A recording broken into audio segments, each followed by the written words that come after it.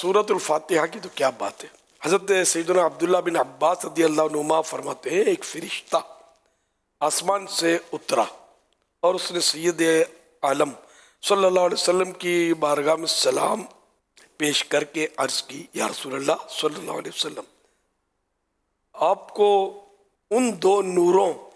کی بشارت ہو جو آپ کے علاوہ اور کسی نبی کو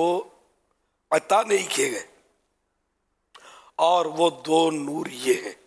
نمبر ایک سورہ فاتحہ، اور نمبر دو سورہ بقرہ کی آخری آیتیں، دو آیتیں آمن الرسول سے لے کر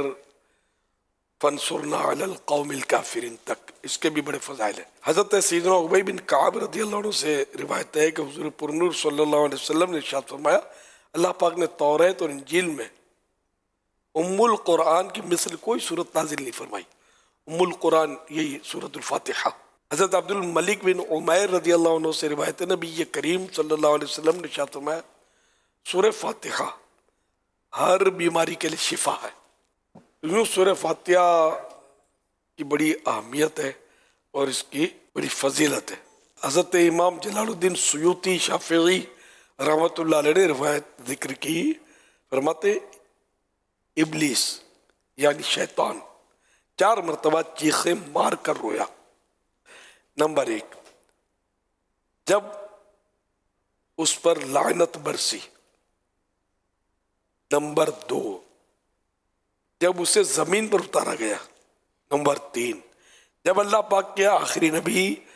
رسول ہاشمی صلی اللہ علیہ وآلہ وسلم نے اعلان نبوت فرمایا، نمبر 4 جب سورہ فاتحہ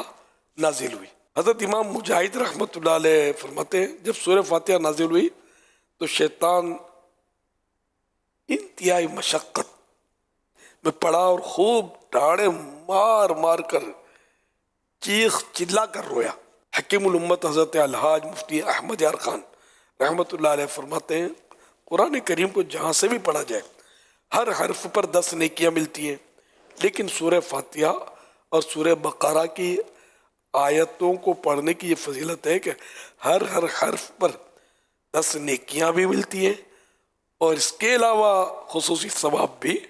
عطا کیا جاتا ہے۔